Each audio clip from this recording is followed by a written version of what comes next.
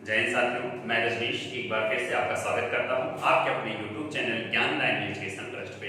जैसा कि हम लोग ग्रामीण विकास की क्लास पढ़ रहे हैं, तो हम लोगों ने इसके पहले वाली क्लास में मैंने आपसे कहा था कि मैं 2 दिन बाद आप लोगों के लिए क्वेश्चन लेके आऊंगा।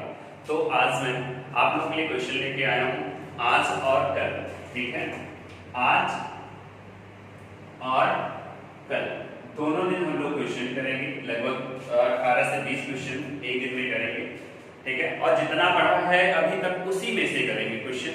ठीक है, तो आप लोग क्लासों को प्रॉपर लीजिए, रेगुलर लीजिए। जितनी भी क्लासें कराई गई हैं, लगभग 16 ग्रामीण प्रवेश की क्लासें कराई गई हैं। ठीक है, आज और कल आपकी क्लास हो जाएगी क्वेश्चन की, और फिर उसके बाद आज और कल के बाद हम लोग करंट अफेयर लेखपाल के लिए पढ़ेंगे। ठीक है, तो बिना देर करते हुए हम लोग क्या करते हैं, क्वेश्चन को करते हैं। तो आपकी स्क्रीन पे पहला क्वेश्चन क्या है? आपकी स्क्रीन पे पहला क्वेश्चन क्या है? भूमि सुधार से संबंधित विषयों का उल्लेख भारतीय संविधान की 7वीं अनुसूची की किस सूची में है? ठीक है, फिर से क्वेश्चन को पढ़ लीजिए एक बार। क्या है? भूमि सुधारों से संबंधित विषयों का उल्लेख भारतीय संविधान की 7वीं अनुसूची की किस सूची में है? ठीक है, काफी प्यारा क्वेश्चन है। आप लोग आंसर जल्दी जल्दी दीजिए। मैं आप लोगों का आंसर, देखिए वीडियो रिकॉर्डेड होती है, लेकिन रिकॉर्डेड लाइव होती है, तो मैं जब आप लोग कमेंट करते हो तो मैं आपका कमेंट देखा करता हूं, तो आप लोग आंसर दिया करिए। ठीक है, तो आप लोग आंसर दीजिए। क्या होगा? राज्य सूची, संघ सूची, समवर्ती सूची, क्या होगा? तो आप लोगों को ये जान लीजिए कि जो 7वीं सूची है, ठीक है, कौन सी सूची है? 7वीं सूची जो है, इस 7वीं सूची में अब आपके दिमाग में आ रहा होगा सर दिया क्या गया है 7वीं सूची में। आप लोगों को संविधान वाले सर संविधान पढ़ा रहे हैं, आपको वहां पे पढ़ाया जाएगा, बट मैं यहाँ पे आपको बता दे रहा हूँ। ठीक है, राज्यों और केंद्रों के शक्तियों का बंटवारा। ठीक है, क्या दिया गया है?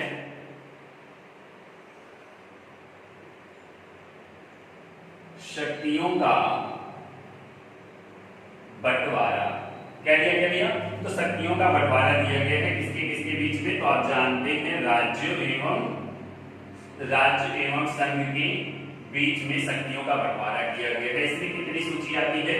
तो इसमें कितनी सूची आती है? इसमें भैया में कितनी सूची आती है? 3 आती है। पहले तो आपकी आती है संघ सूची। ठीक है, इसमें लगभग 11 विषय हैं, सॉरी 11 नहीं 100 विषय हैं। कितने विषय हैं? 100 विषय हैं। ठीक है, अब यहाँ पे ध्यान दीजिए, जो ये संघ सूची है, यानी कि इस सूची के अनुसार इन 100 विषयों पर, ठीक है, कानून बनाने का अधिकार किसे है? तो संघ को है। फिर उसके बाद आपका दूसरा है राज्य सूची। ठीक है, राज्य सूची। अब आप जल्दी से कमेंट करके बताइए कि इसमें कितने विषय दिए गए हैं। ठीक है, राज्य सूची में वर्तमान में कितने विषय हैं? तो आप कहेंगे सर 61 विषय हैं। ठीक है, कितने विषय हैं? 61 विषय हैं। इसमें कानून बनाने का अधिकार राज्य को होता है। और फिर आपका तीसरा है समवर्ती सूची। क्या है? समवर्ती सूची। इसमें आपके 52 विषय हैं। ठीक है, कितने विषय हैं इसमें आपके? तो इसमें आपके 52 विषय हैं। कितने विषय हैं? तो 52 विषय हैं। अब इन 52 विषय में जो इन 52 विषयों के कानून बनने हैं, वो कौन बनाएगा? संघ सूची और राज्य, संघ और राज्य दोनों मिलकर बनाएंगे। ठीक है, संघ और राज्य दोनों मिलकर बनाएंगे। अब देखिए राज्य, अब देखिए यहाँ पे आप देख लीजिए, मैं आप लोगों को बताया हूँ भूमि सुधार। ठीक है, मैं आप लोगों को बताया हूँ, पढ़ाया हूँ। ठीक है, आप लोगों को पढ़ाया हूँ, वीडियो जाके पिछली देखिए। भूमि सुधार, ठीक है, लैंड रिफॉर्म। ठीक है, भूमि सुधार, लैंड रिफॉर्म मैंने बताया है आप लोगों को। ठीक है, देखिए भूमि सुधार किया गया। सबसे पहले भूमि सुधार करने के लिए हमारे भारत में पहले क्या चलती थी? हमारे भारत में, ठीक है, हमारे भारत में 1950 तक, लगभग 1950 तक क्या चलती थी? जमींदारी प्रथा। तो 1950 में, ठीक है, कब? 1950 में। ठीक है, कब? 1950 में जमींदारी प्रथा उन्मूलन अधिनियम आया। ठीक है, क्या आया? जमींदारी प्रथा उन्मूलन एक्ट आया। ठीक है, अधिनियम आया। क्या आया भैया? तो जमींदारी तथा उन्मूलन अधिनियम, ठीक है, कब आया? 1950 में। इस 1950 में जब ये अधिनियम आया, फिर उसके बाद एक एक्ट और आता है भारत में, ठीक है, क्या आता है? यूपी में आता है 1954 में, ठीक है, 1954 में। इसी के तुरंत बाद 4 साल बाद 1954 में आता है आपका चकबंदी अधिनियम, ठीक है, चकबंदी अधिनियम। अब देखिए जो ये चकबंदी अधिनियम आया, ठीक है, चकबंदी अधिनियम जो आया, ये अधिनियम जो चकबंदी अधिनियम आया, ठीक है, इस अधिनियम के द्वारा क्या किया गया? लोगों को इस जमींदारी में क्या होता था कि एक राजा होता था, जमीन का एक अधिकारी होता था, स्वामी होता था, ठीक है, उसी को हम लोग क्या कहते थे? जमींदार। अब वो अपने यहाँ किसानों को काम कराता था, तो ये प्रथा को हटाकर किसानों को उनकी जमीन दे दी गई, ठीक है। तो फिर उसके बाद क्या किया गया? अब किसानों को जब जमीन दे दी गई तो उस समय फिर चकबंदी अधिनियम लाया गया, ठीक है। हालांकि 1958 से पूरे यूपी में लागू हुआ था, ठीक है, 1958 में पूरे यूपी में लागू हुआ था। तो इस अधिनियम के द्वारा क्या किया गया? अब देखिए यहाँ पे आपको देखिए ये सारी की सारी भूमि सुधार। अब सबसे पहले क्वेश्चन आपका आता है, कभी क्वेश्चन पूछ सकता है, उल्टा हो गया है, ये लिखा गया है भूमि सुधार, ठीक है। तो भूमि सुधार जो है ये किस अनुसूची में आता है? तो आपका आंसर आ जाएगा 7वीं अनुसूची में आता है, ठीक है। किस अनुसूची में आता है? तो 7वीं अनुसूची में आता है। 7वीं अनुसूची के किस में आता है? 7वीं अनुसूची के किस सूची में आता है? तो आप कहेंगे राज्य सूची में आता है। किस में आता है? राज्य सूची में आता है। तो आपका आंसर क्या सही हो जाएगा? आपका आंसर सही हो जाएगा राज्य सूची, यानी कि ऑप्शन नंबर ए। चलिए क्वेश्चन आपका ये सही हो गया। चलिए अब नेक्स्ट क्वेश्चन आपके स्क्रीन पे है, जल्दी से आप लोग उसका आंसर बताने की कोशिश करेंगे, ठीक है। अगर आप लोग पूरी तरीके से क्लास ले रहे होंगे हमारी, तो आप लोग सारे के सारे आंसर आप लोग दे जाएंगे, ठीक है। तो क्वेश्चन क्या है? 20 सूत्रीय कार्यक्रम किस प्रधानमंत्री के कार्यकाल में प्रारंभ किया गया? ठीक है, 20 सूत्रीय कार्यक्रम, कौन सा? 20 सूत्रीय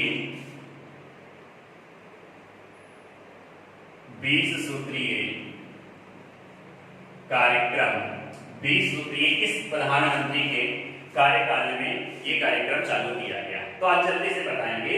तो आपको मैं ये पॉइंट बता दे रहा हूं कि जो ये इसका प्रारंभ हुआ वो 1975 में हुआ। कब हुआ? 1975 में हुआ, ठीक है, 1975 में हुआ। और इसमें 20 विषय थे। इसमें कितने विषय थे? तो इसमें 20 विषय थे, और ये 20 विषय है। और आप लोग ये जान लीजिए, ये 20 विषय थे, ये किससे संबंधित थे? ये किससे संबंधित थे? तो खेती बाड़ी से, ठीक है, ग्रामीण से संबंधित थे। इसलिए योजना भी, ये कार्यक्रम भी बहुत इंपॉर्टेंट होती है।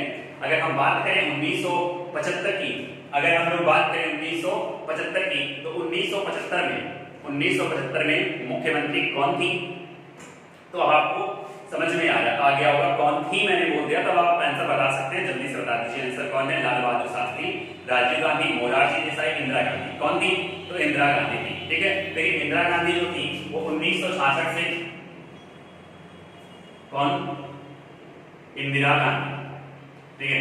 इंदिरा गांधी जो थी वो 1900 पहली बार जब प्रधानमंत्री बनी तो 1966 से कब तक रही? 1977 तक रही, ठीक है, 1977 तक रही। फिर उसके बाद एक बार फिर से ये कब से रही? 1980 से, 1980 से कब तक रही? आप लोग कमेंट करके बताएंगे, ठीक है, कब तक रही? आप लोग कमेंट करके बताएंगे तारीख सहित, क्योंकि पेपर में तारीख भी पूछा जाता है। चलिए नेक्स्ट क्वेश्चन की तरफ बढ़ते हैं। तो नेक्स्ट क्वेश्चन हमारा है, चकबंदी का संबंध निम्नलिखित में से किससे है? चकबंदी का संबंध निम्नलिखित में से किससे है? देखिए चकबंदी अभी आया, और चकबंदी के बारे में अभी मैंने बताया, ठीक है, क्या बताया? चकबंदी के बारे में अभी हमने बताया कि चकबंदी अधिनियम 1954 में आया। चकबंदी अधिनियम कब आया? तो चकबंदी अधिनियम 1954 में आया। ये चीज अभी मैंने बताया 1954 में आया। तो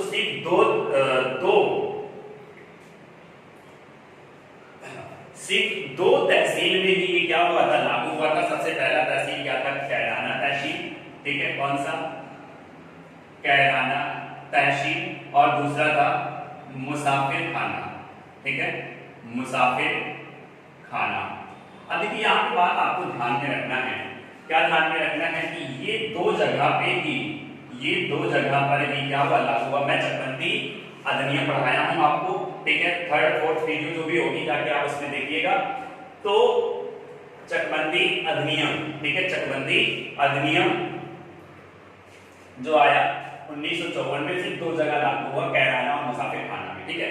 और मैंने ग्रामीण विकास क्लास की डिस्क्रिप्शन में आपको वीडियो दिलवा दूंगा, ठीक है, प्लेलिस्ट दिलवा दूंगा, तो वहां पे आप देख लीजिएगा। फिर इसके बाद 1958 में अगर हम लोग बात करें, कब बात करें, 1958 की अगर हम लोग बात करें, तो 1958 में आप लोग यहाँ पे ध्यान दीजिएगा, यूपी में पूरे यूपी में क्या हो गया, लागू हुआ था, ठीक है, पूरे यूपी में क्या हो गया था, लागू हो गया था। तो आपका ये क्वेश्चन नंबर नेक्स्ट है, जो भी है क्वेश्चन नंबर नेक्स्ट आपका ये आंसर सही क्या हो जाएगा इसका, तो आंसर क्या सही हो जाएगा, आंसर तो मैंने इसमें बताया कि नहीं, ठीक है, आंसर क्या सही हो जाएगा, ऊषर, इसमें ऑप्शन जो है ऊषर सुधार योजना, अधिक अन्न उपजाऊ कार्यक्रम से संबंधित, भूमि सुधार कार्यक्रम से संबंधित, उपयुक्त में से कोई, ठीक है। तो अब देखिए चकबंदी होती क्या है, चकबंदी होती क्या है, एक बार यहाँ पे आप एक फिर से जान लीजिए। तो चकबंदी होती है, जैसे ये एक खेत है, ठीक है, ये ऐसे किसी का खेत है, ये भैया रामू का खेत है, और रामू का खेत यहाँ पे भी है, ठीक है, और फिर रामू का खेत यहाँ पर भी,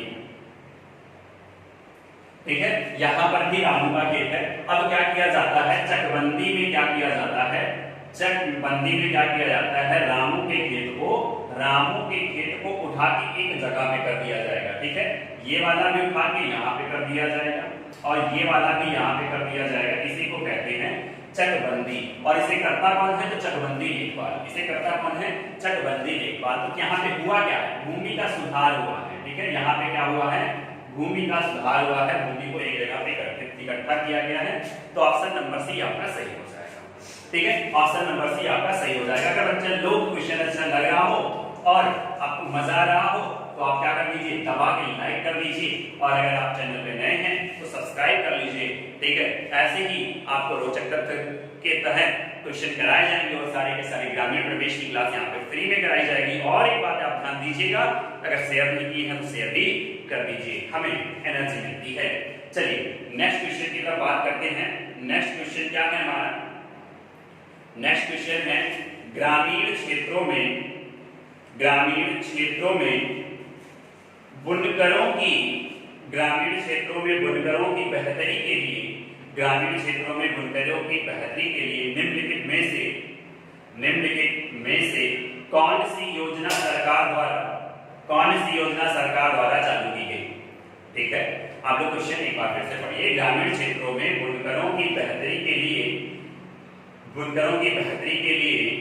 निम्नलिखित में से कौन सी योजना सरकार द्वारा चलाई गई, केंद्र सरकार की योजना है। आप यहाँ पर देखिए हथकरघा विकास केंद्र, ठीक है, ये भी ग्रामीण क्षेत्र के लिए भी, ये भी योजना है, सही है ये, ठीक है कि प्राइस सब्सिडी योजना, ये भी ग्रामीण क्षेत्र के लिए, ये भी सही है, ठीक है।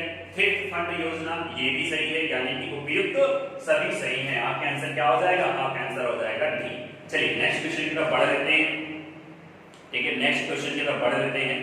तो नेक्स्ट क्वेश्चन है, भारत में जनपद के राजस्व संग्रह का सर्वोच्च अधिकारी होता है। भारत में जनपद के राजस्व का सर्वोच्च अधिकारी कौन होता है। मैंने बताया था अगर जनपद यानी कि जिला की अगर बात किया जाए तो जिला का सबसे बड़ा अधिकारी होता है जिलाधिकारी। क्या होता है, जिलाधिकारी।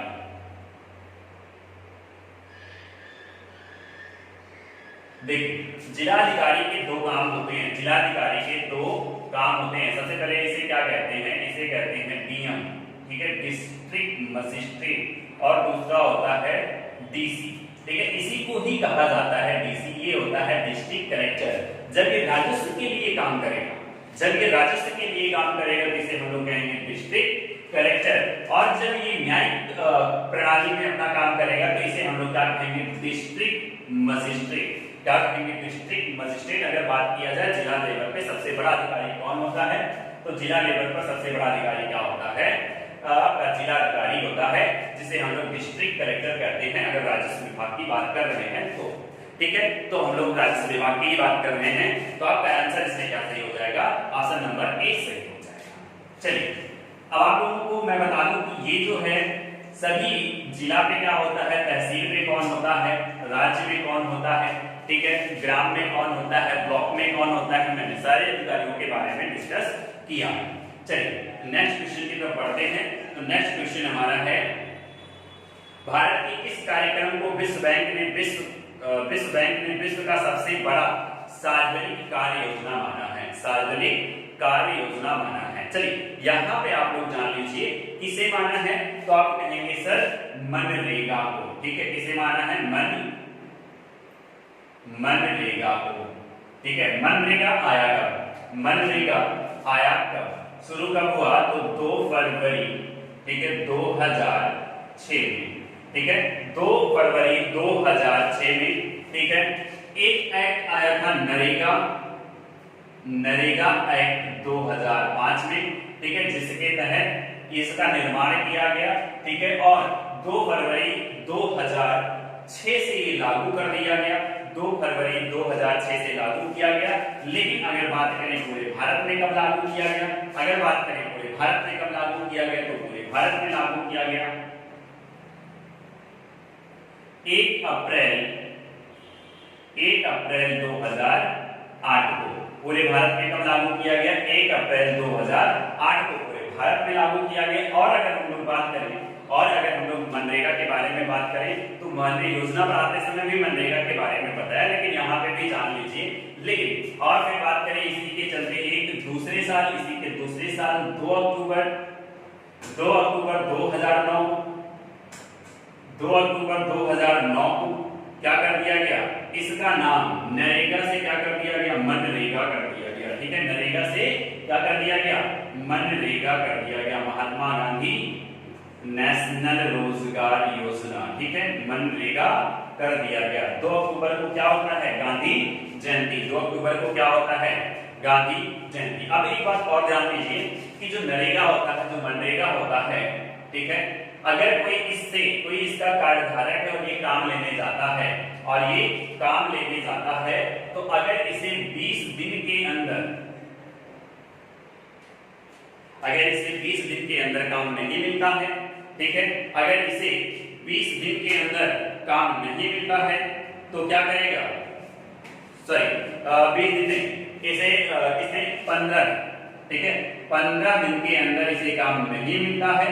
अगर आप क्या चल रहा है, अगर आप 1 अगस्त को जाते हैं, ठीक है, अगस्त नहीं चल रहा है अभी, जुलाई ही है, अगस्त आने वाला, ठीक है, अगर 1 अगस्त को जाते हैं और 15 अगस्त तक आपको काम नहीं मिल जाता है, अगर आपको काम नहीं मिल जाता है, तो जितने दिन तक आपको काम नहीं मिलेगा उतने दिन तक सरकार आपको उसका भत्ता देगी। और क्या है कि अगर आपका घर, मान लीजिए आपका घर यहाँ पे है, ठीक है, आपका नहीं ले लेते हैं, श्यामू का घर यहाँ पे है, ये रहा श्यामू का घर, ठीक है, तो इसके घर से 5 किलोमीटर की दूरी तक, इसके घर से 5 किलोमीटर की दूरी तक अगर इसे काम नहीं मिलता है, ठीक है, अगर इसे काम नहीं मिलता है 5 किलोमीटर की दूरी तक अगर इसे काम नहीं मिलता है, अगर इससे दूर मिलता है, तो इसे आने जाने का खर्चा यानी कि भत्ता सरकार अलग से देगी। ठीक है, सरकार अलग से देगी 5 किलोमीटर से अगर दूर जाता है। तो आपका आंसर यहाँ पे क्या सही हो जाएगा, तो आपका आंसर सही हो जाएगा बी। ठीक है, आपका आंसर क्या सही हो जाएगा, बी। तो आपने 6 क्वेश्चन कर लिए हैं। चलिए 7वें क्वेश्चन की तरफ बढ़ते हैं। 7वां क्वेश्चन है, जिला ग्राम विकास अधिकरण का कार्य है, जिला ग्राम विकास अधिकरण का कार्य है। देखिए भाई, हम लोग इतनी मेहनत करते हैं तो 1 लाइक तो बनता है, ठीक है, 1 लाइक तो बनता है और 1 शेयर तो बनता है। ठीक है, आप अपने एक दोस्त को भेजिए और उस अपने एक दोस्त से कहिए वो भी एक दोस्त को भेजे। इस तरीके से एक श्रृंखला बढ़ाकर हम लोगों का परिवार, आप लोगों का परिवार और बड़ा करिए। ताकि आप लोगों को और भी मजा आए। ठीक है, इसके लिए आप लोग शेयर जरूर करिए। चलिए इतना ही हमें चाहिए, आपसे और कुछ नहीं चाहिए। हम लोग फ्री ऑफ कॉस्ट आप लोगों को सारी चीजें आपने प्रोवाइड कराने की कोशिश करेंगे। ठीक है, कोई भी पेड नहीं है, कोई भी हम पेड बैच लेके नहीं आने वाले हैं। सभी के सभी हमारे फ्री बैच होंगे। ठीक है, वो भी यूट्यूब पे आपको पढ़ाया जाएगा निरंतर। चलिए बात कर लेते हैं जिला ग्राम विकास अधिकरण का कार्य क्या है। देखिए इसमें क्या है, जिला ग्राम विकास अधिकरण। ठीक है, तो जिला ग्राम विकास अधिकरण इसे हम लोग कहते हैं DRDA।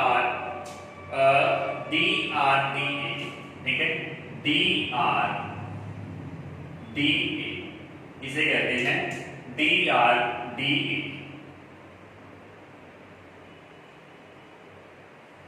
DRDA का काम क्या है, तो ग्रामीण विकास के लिए योजना। ठीक है, जिला ग्रामीण विकास है तो बिल्कुल सही है। नेक्स्ट है शासन से प्राप्त अनुदान का ग्राम पंचायतों को आवंटन, एकदम सही है। ठीक है, आप लोग आंसर सही नहीं दे पा रहे हो, आप लोग आंसर लीजिए सही से। ठीक है, और आंसर सही देने के लिए आप लोग 16 वीडियो ग्राम विकास की पढ़ी हुई है, पहले आप उसे देखिए, हम लोग आगे क्लास करेंगे। ठीक है, चलिए विकास परियोजनाओं का अनुमोदन करना, तो इनमें से सभी हो गए, तो सभी यहाँ के सही हैं। चलिए 8 नंबर क्वेश्चन करते हैं। 8 नंबर क्वेश्चन करते हैं, देश में ग्रामीण विकास हेतु प्रधानमंत्री ग्राम सड़क योजना कब से शुरू की गई। प्रधानमंत्री ग्राम सड़क योजना कब से शुरू की गई, योजना आपको पढ़ाई गई है भाई। ठीक है, तो कब से शुरू की गई, मई 1999, मई 1995, दिसंबर 1999। ठीक है, तो कब शुरू की गई, तो ये शुरू की गई 25 दिसंबर 2000 को। ठीक है, 25 दिसंबर 2000 को किसने किया, अटल जी ने किया था। ठीक है, इसका शुभारंभ किसने किया था, अटल जी ने किया था। और 25 दिसंबर 2000 को ही अटल जी का क्या मनाया जाता है, अटल जी का मनाया जाता है जन्मदिन। ठीक है, अटल जी का जन्मदिन मनाया जाता है। किस नाम से मनाया जाता है, जल्दी से आप कमेंट करके बताइए, कि किस नाम से मनाया जाता है अटल जी का जन्मदिन। ठीक है, चलिए फिलहाल हम लोग नेक्स्ट क्वेश्चन पे पहुंचते हैं। तो आज का हमारा नेक्स्ट क्वेश्चन क्या है, 9 नंबर क्वेश्चन हमारा क्या है, तो 9 नंबर देखते हैं क्या है। जमाबंदी से क्या तात्पर्य है, जमाबंदी से क्या तात्पर्य है। ठीक है, मैपिंग सीट, भूमि अधिकारों के प्रारूप, पटवारी के नक्शे की कपड़े की कॉपी। ठीक है, पटवारी किसे कहते हैं, तो आप जान लीजिए पटवारी पहले लेखपाल को ही कहा जाता था। ठीक है, अभी भी कई जगह लेखपाल को पटवारी कहा जाता है, तो लेखपाल ही है। ठीक है, कृषि प्रारूप क्या होता है, आप इसमें आंसर देंगे। ठीक है, क्या होता है इसमें आप लोग आंसर देंगे, तो आंसर क्या हो जाएगा, देखिए जमाबंदी में क्या होता है, तो जमाबंदी में रखा जाता है भूमि का रिकॉर्ड। क्या रखा जाता है, जमाबंदी में रखा जाता है भूमि का रिकॉर्ड और भूमि मालिक के राजस्व का रिकॉर्ड। ठीक है, भूमि मालिक के राजस्व का रिकॉर्ड। इसमें एक ही भूमि मालिक है कि कई भूमि मालिक हैं और वो उनका रिसोर्स क्या है, कैसे वो लोग क्या कर रहे हैं, इस सभी का रिकॉर्ड क्या किया जाता है, रखा जाता है, रिकॉर्ड रखा जाता है। तो जमाबंदी में भू अधिकरणों के प्रालेख होते हैं। ठीक है, भू अधिकरणों के प्रालेख होते हैं। बात आपको समझ में आई होगी। चलिए नेक्स्ट क्वेश्चन की तरफ बढ़ते हैं। तो नेक्स्ट क्वेश्चन है हमारा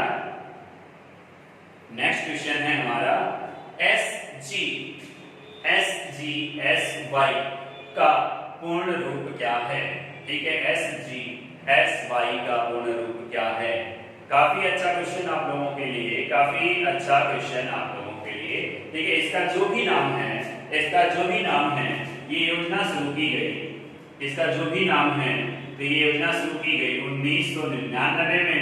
ठीक है, 1999 में ये योजना शुरू की गई। इसका फुल फॉर्म क्या है, स्वर्ण जयंती ग्राम सड़क योजना, स्वर्ण जयंती ग्राम सुरक्षा योजना, स्वर्ण जयंती ग्रामीण सेवा योजना, स्वर्ण जयंती ग्राम स्वरोजगार योजना। क्या है, तो आप कहेंगे स्वर्ण जयंती ग्राम स्वरोजगार योजना, स्वर्ण जयंती ग्राम स्वरोजगार योजना। जल्दी से आप लोग अपना आंसर बताएंगे तो आपका आंसर क्या हो जाएगा? सर आपका आंसर हो जाएगा डी। चलिए नेक्स्ट क्वेश्चन की तरफ बढ़ते हैं। तो नेक्स्ट क्वेश्चन क्या है, जल्दी से आप लोग इसका आंसर बताइए। तो नेक्स्ट क्वेश्चन है, मध्य भारत में 1 बीघा कितने हेक्टेयर के बराबर होता है? मध्य भारत में 1 बीघा कितने हेक्टेयर के बराबर होता है? तो ये भी क्वेश्चन मैंने आपको पढ़ाया हुआ है। जितने लोग मेरा क्लास प्रॉपर ले रहे हैं उन लोगों को मालूम है कि ये भी क्लास में बताया गया है। ठीक है, तो अगर मैं मध्य भारत की बात करूं तो इसमें मध्य भारत कह सकते हैं, उत्तर भारत कह सकते हैं। तो 1 हेक्टेयर में 10,000 वर्ग मीटर होता है। ठीक है, अगर हम लोग अपने यूपी की बात करें यानी कि उत्तर भारत की बात करें तो 1 बीघा में कितना वर्ग मीटर होता है? 1 बीघा में कितना वर्ग मीटर होता है? तो आप कहेंगे 2529.3 वर्ग मीटर। अगर इसी को हेक्टेयर में बदला जाएगा तो हो जाएगा 0.2529 हेक्टेयर। क्या हो जाएगा? 0.2529 हेक्टेयर। बात समझ में आपको आ चुकी होगी। चलिए, बात अगर आपको समझ में आ गई है तो नेक्स्ट क्वेश्चन की तरफ बढ़ लेते हैं। नेक्स्ट क्वेश्चन काफी प्यारा क्वेश्चन है, काफी करंट का भी ये क्वेश्चन है। राष्ट्रीय ग्रामीण पेयजल कार्यक्रम URDWP के अंतर्गत 22 तक देश में हर ग्रामीण व्यक्ति को उनके घरेलू परिसरों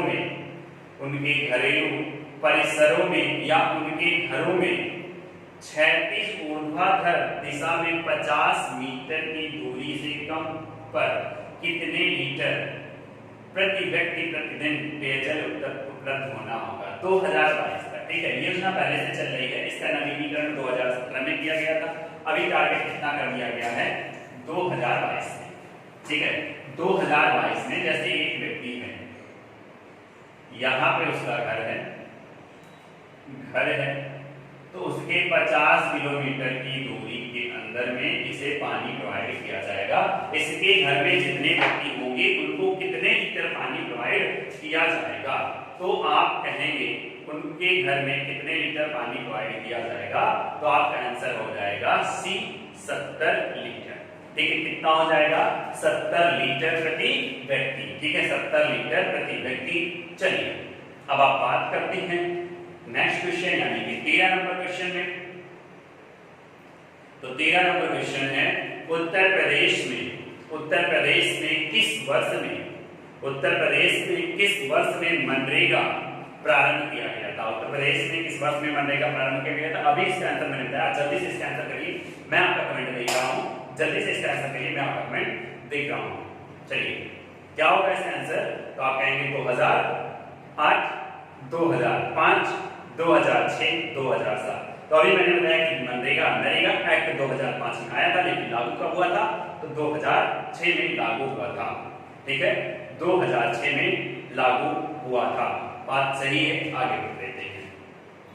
14 नंबर क्वेश्चन में चलते हैं। तो 14 नंबर क्वेश्चन है, खेतों में हुई अनावृष्टि, सूखा, अकाल, बाढ़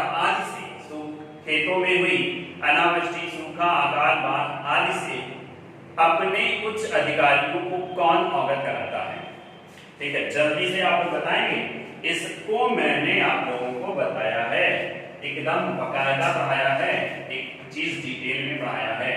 अगर नहीं पढ़े आप लोग, अगर नए हैं वीडियो पे तो लाइक भी कर लीजिए, शेयर भी कर लीजिए और सब्सक्राइब भी कर लीजिए और जाके पिछली वाली क्लासें भी पढ़ लीजिए। चलिए, बात करते हैं कि कौन करता है।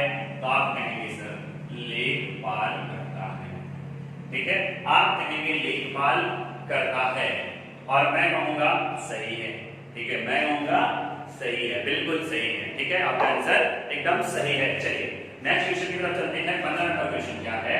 तो 15 नंबर क्वेश्चन है, जमाबंदी का नवीनीकरण प्रत्येक कितने वर्ष में किया जाता है? जमाबंदी का नवीनीकरण प्रत्येक कितने वर्ष में किया जाता है। तो मैंने आपको बताया है, मैंने आपको बताया है कितने वर्षों में किया जाता है, तो 4 वर्षों में किया जाता है। कितने वर्षों में किया जाता है, 4 वर्षों में किया जाता है। बात आपको समझ में आ चुकी होगी। चलिए नेक्स्ट क्वेश्चन है, भूमि रूपांतरण किसे कहते हैं? भूमि रूपांतरण किसे कहते हैं? भूमि रूपांतरण किसे कहते हैं? देखिए जैसे भूमि है आपकी, ये आपकी भूमि ये है, आप यहाँ करते थे खेती, ठीक है, आप यहाँ क्या करते थे, खेती। अब आपका मन बदल गया, अब आप खेती नहीं करेंगे, क्योंकि अब के जमाने में तो कोई खेती करना नहीं चाहता, ठीक है, तो आप भी नहीं करना चाहेंगे। भैया आप लोग अधिकारी बन गए, खेती करने की आवश्यकता नहीं। जब आप लोग अधिकारी बन गए तो अब आप लोगों के दिमाग में आया कि क्यों ना इस खेत में हम लोग क्या कर लें, क्यों ना इस खेत पे हम लोग क्या कर लें भाई, बिजनेस कर लें, ठीक है, कोई व्यवसाय कर लें, क्या कर लें, व्यवसाय कर लें, कोई बिजनेस कर लें। तो इसी को कहते हैं भूमि का रूपांतरण, ठीक है, इसी को क्या कहते हैं, भूमि का रूपांतरण। अब देखिए ऑप्शन क्या है, ऑप्शन क्या है, कृषि भूमि का आवास या व्यवसायिक प्रयोग। लो भाई जो मैंने बताया भाई सबसे पहला ऑप्शन है, तो आपका सही हो गया, ठीक है। चलिए आपका पहला ऑप्शन ही सही है। चलो नेक्स्ट क्वेश्चन की तरफ बढ़ते हैं। तो नेक्स्ट क्वेश्चन हमारा है, भूलेख निरीक्षक कौन होता है? भूलेख निरीक्षक कौन होता है? भूलेख निरीक्षक कौन होता है? चलो बताते हैं। अब आपके दिमाग में होगा, सभी लोग कमेंट कर रहे होंगे क्या, लेखपाल, क्या कर रहे होंगे, लेखपाल। तो भैया आप लोग जान लो कि भूलेख निरीक्षक लेखपाल नहीं होता है, भूलेख निरीक्षक लेखपाल नहीं होता है, ठीक है। लेखपाल उसकी क्या करता है, उसकी क्या करता है, खेतों के बारे में डिटेल रखता है, ठीक है, चकबंदी करना होगा, राजस्व कितना होगा, ये सभी लेखपाल करते हैं। लेकिन अगर भूलेख निरीक्षक की बात आए तो भूलेख निरीक्षक कौन होता है, तो आपका भूलेख निरीक्षक होता है कानून गो। कौन होता है, कानून गो, ठीक है, कौन होता है, कानून गो होता है। बात आपके समझ में आ गई होगी, ठीक है। चलिए 18 नंबर क्वेश्चन की तरफ बढ़ लेते हैं। तो 18 नंबर क्वेश्चन पे चलते हैं। तो क्या है, चकबंदी लेखपाल चकबंदी आयुक्त के अधीन होता है। चकबंदी लेखपाल, चकबंदी लेखपाल चकबंदी आयुक्त के अधीन होता है, जबकि राजस्व लेखपाल किसके अधीन होता है? तो अभी मैंने बताया था किसके अधीन होता है, डीसी के अधीन होता है। किसके अधीन होता है, डीसी के अधीन होता है, डिस्ट्रिक्ट कलेक्टर के अधीन होता है। किसके अधीन होता है, तो डिस्ट्रिक्ट कलेक्टर के अधीन होता है। तो आपका आंसर क्या हो जाएगा, जिला कलेक्टर, जिला कलेक्टर। चलिए नेक्स्ट नंबर क्वेश्चन है। तो नेक्स्ट नंबर क्वेश्चन है, मनरेगा के माध्यम से, मनरेगा के माध्यम से, मनरेगा के माध्यम से कार्य के आवेदन के कितने दिन बाद काम ना मिलने पर, काम ना मिलने पर कोई व्यक्ति मजदूरी भत्ता का हकदार होता है? कोई व्यक्ति मजदूरी भत्ता का हकदार होता है। तो अभी मैंने इसका आंसर बताया, क्या होगा, तो इसका आंसर हो जाएगा 15। तो आज के लिए फिलहाल इतने क्वेश्चन, ठीक है, आज के लिए फिलहाल इतने क्वेश्चन। तो हम लोग अब पहुंचेंगे कल और भी ऐसे ही 20 क्वेश्चनों के साथ, और भी ऐसे ही 20 क्वेश्चनों के साथ। तो आप लोग बने रहिए लगातार चैनल से, आप लोगों को सारी चीजें मिलना शुरू हो जाएंगी, ठीक है। और आप लोग ज्यादा से ज्यादा इसे शेयर करिए ताकि ज्यादा लोगों तक पहुंच पाए, और हम लोग जो आप लोगों के लिए मेहनत कर रहे हैं उसका फल हम लोगों को मिल सके। यानी कि आपके शेयर करने से हमारे पास परिवार बढ़ेगा, और आप लोग लाइक करते हैं तो हम लोगों को मोटिवेशन मिलता है। तो इसी के लिए हम लोग, देखिए मैं पहले खुद पढ़ाता था, फिर इसके बाद और टीचरों को लेके आया हूँ यहाँ पे, और भी और टीचरों को अब लेके आने वाला हूँ, रीजनिंग के, हिंदी के, सभी टीचर आएंगे आपको, और सभी तरीके से अच्छे तरीके से आप लोगों को क्या करेंगे, आप लोगों को अच्छे तरीके से पढ़ेंगे। बस आप लोग पढ़ते रहिए, पढ़ते रहिए और पढ़ते रहिए। हम लोग इस अयोध्या की भूमि से, ठीक है, इस पावन धरती से आप लोगों को पढ़ा रहे हैं, और इससे के द्वारा आप लोगों को सिलेक्शन दिलाने की कोशिश कर रहे हैं, जो क्या करते हैं आप लोग फ्री में पढ़ के अपने आप को सक्सेस कर पाए, सिलेक्शन ले पाए, अपने मम्मी पापा के जीवन में खुशियां भर पाए। इसी के लिए हम लोग क्या करते हैं कि आप लोगों को इतनी गर्मी में, ठीक है, आप लोगों के लिए आगे क्लास लेते हैं और आप लोगों को पढ़ाते हैं। तो आप लोग इतना तो काम कर ही सकते हैं कि लाइक, शेयर और सब्सक्राइब कर लीजिए। अगर चैनल पे नए हैं तो सब्सक्राइब तो जरूर कर लीजिए। और कुछ लोगों का प्रश्न होता है कि सर हमारे पास तो नोटिफिकेशन आता ही नहीं, तो बगल वाली बेल आइकन आप लोग जरूर दबा लीजिए ताकि आपके पास सारी वीडियो की नोटिफिकेशन आती रहे। हम लोग जल्द ही आएंगे लाइव आप लोगों के लिए और भी क्वेश्चन सेशंस को लेके। तब तक के लिए जय हिंद, जय Bharat, bye bye, good night.